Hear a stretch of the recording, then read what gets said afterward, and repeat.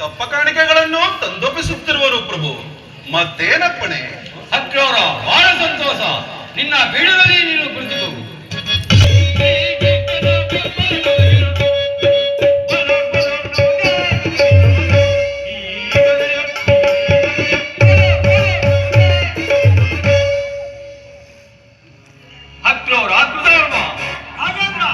ನಿಮ್ಮಂತ ಮಂತ್ರಿ ಸೈನ್ಯಾಧಿಪತಿಗಳಿರುವಾಗ ನಮ್ಮ ಯಾದವ ರಾಜ್ಯಕ್ಕೆ ಕುಂದಕೇಲಿರುವುದು. ಇನ್ನು ಮುಂದೆ ನಿಮ್ಮ ಕಾರ್ಯದಲ್ಲಿ ನೀವು ನಿರತರಾಗಿರಿ. ಆಚಾರವೇ ಸಮಾಚಾರವೇನು?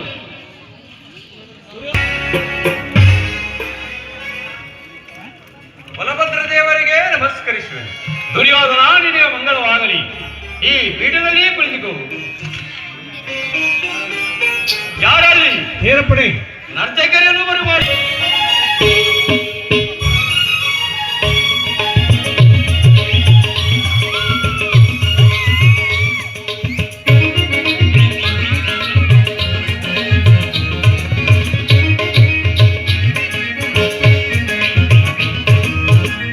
ಅಂದದ ಶಿಲೆ ಎರಡು ನಡೆದಾಡಿದೆ, ಅಂದದ ಶಿಲೆ ಎರಡು ನಡೆದಾಡಿದೆ, ಅದರ ಪನ್ನೀರ ಪರಿಮಳ ಕಾಚಲ್ಲಿದೆ.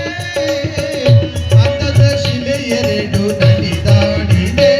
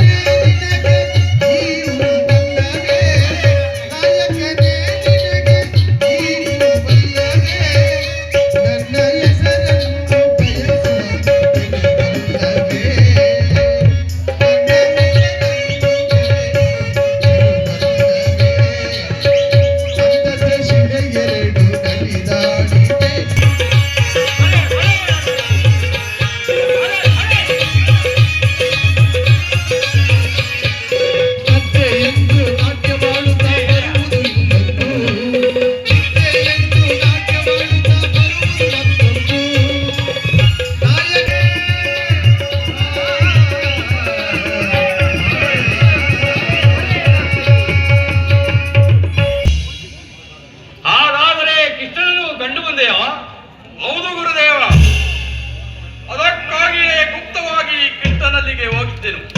ಹೋದರೆ ಆ ಕೃಷ್ಣನು ಪಾಂಡವರ ಪಕ್ಷವನ್ನು ವಹಿಸಿದನು.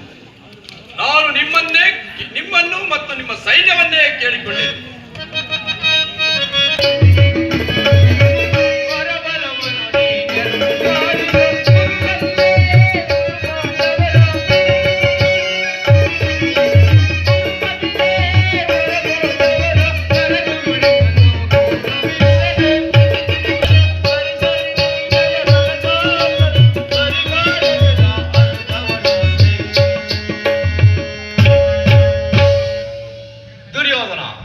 ಗುಪ್ತವಾಗಿ ಹೋಗಿ ಕಾರ್ಯವನ್ನು ಮಾಡಿಕೊಂಡು ಬಂದದ್ದು ಒಳ್ಳೆಯದೇ ಆಯಿತು.